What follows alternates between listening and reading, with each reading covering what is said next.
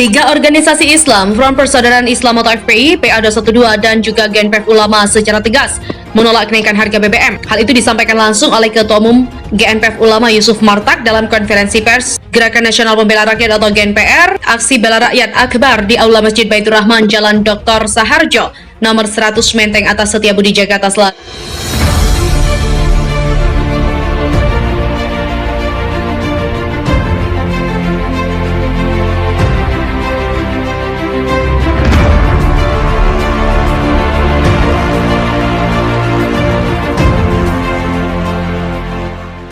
Assalamualaikum warahmatullahi wabarakatuh. Kembali berjumpa dengan saya di channel Hamzah Gantaran, sahabat sebangsa dan setanah air di mana saja Anda berada. Kali ini kita akan melihat bagaimana gerakan protes daripada berbagai elemen masyarakat terkait dengan kenaikan harga BBM yang resmi sudah dinaikkan oleh pemerintah. Kali ini bukan hanya dari mahasiswa, tetapi ormas-ormas Islam yang sebutlah misalnya FPI, kemudian Persaudaraan Alumni 212 dan GNPF Ulama. Mereka kemudian memobilisasi massa untuk melakukan demonstrasi di ibu kota. Tentu kita tidak kaget, bagaimana tidak, bahwa ormas ini memang dari dulu itu selalu berseberangan dengan Presiden Jokowi. Hampir semua kebijakan-kebijakan pemerintah itu selalu ditentangnya. Kita akan coba menyimak bagaimana aksi daripada gabungan ormas Islam ini. Tolak kenaikan harga BBM, FPI, PA212 dan GNPF Ulama kompak tuntut Presiden mundur.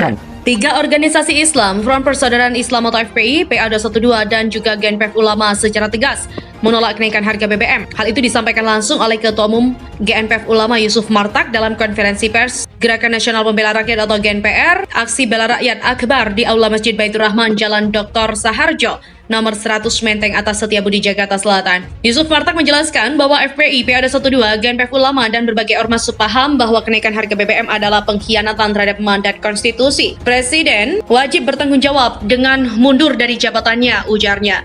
Dalam konferensi pers ini, Yusuf membacakan pernyataan GNPR terkait kenaikan harga BBM yang sudah terjadi pada Sabtu 3 September. PA212 bersama ormas lainnya berencana menggelar demo terkait kenaikan harga BBM di Istana Negara. Tersebar poster yang bertuliskan aksi 1209 Akbar, aksi bela rakyat. Ada sejumlah tuntutan yang bertulis dalam poster itu, yakni menuntut pemerintah menurunkan harga BBM dan harga lainnya serta menegakkan supremasi hukum. Demikian dikatakan oleh Slamet Ma'arif. Seperti diketahui, Presiden Joko Widodo telah mengumumkan kenaikan harga BBM. Jokowi mengatakan bahwa subsidi BBM akan dialihkan ke bantuan lain yang tepat sasaran. Harga beberapa jenis BBM yang selama ini mendapat subsidi akan mengalami penyesuaian, tetapi anggaran subsidi dan kompensasi BBM tahun 2022 telah meningkat 3 kali lipat dari 152,5 triliun menjadi 502,4 triliun dan akan terus meningkat, kata Jokowi. Siapa mereka? Karena mereka berbaur di masyarakat dan berpenampilan agamis di tengah masyarakat yang religius.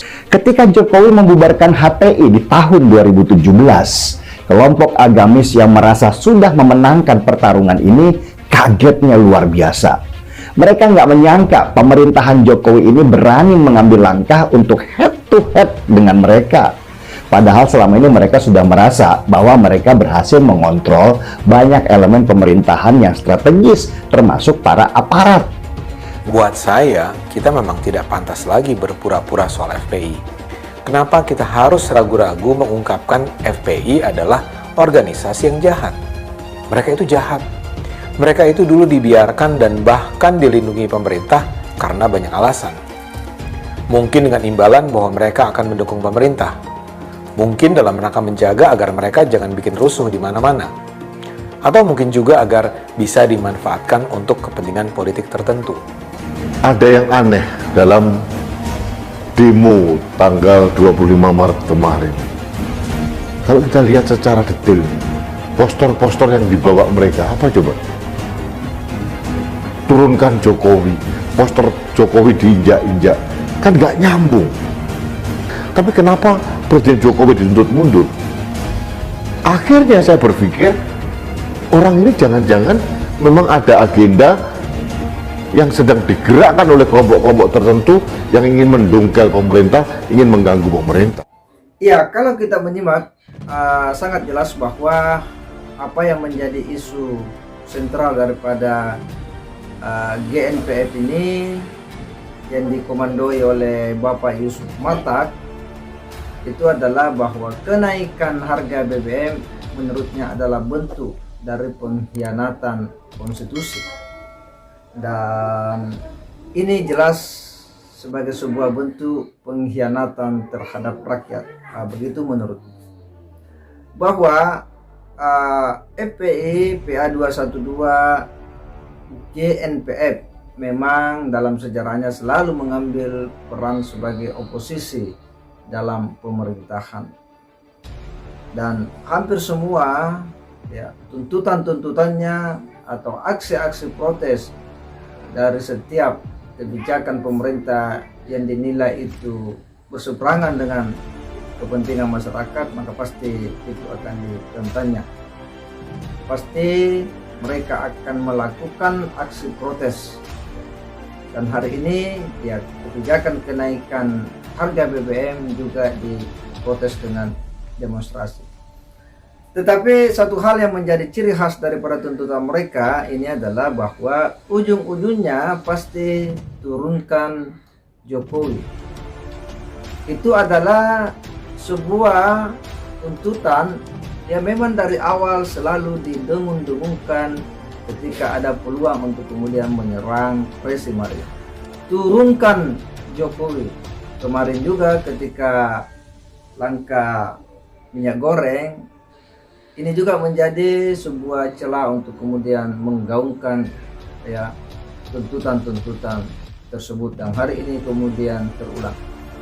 Tapi tentu kita tidak heran karena kelompok-kelompok ini memang adalah kelompok yang merasa didiskreditkan, kelompok yang selalu merasa dipinggirkan oleh rezim Jokowi. Mereka selalu merasa terselimi dengan berbagai kebijakan-kebijakan pemerintah.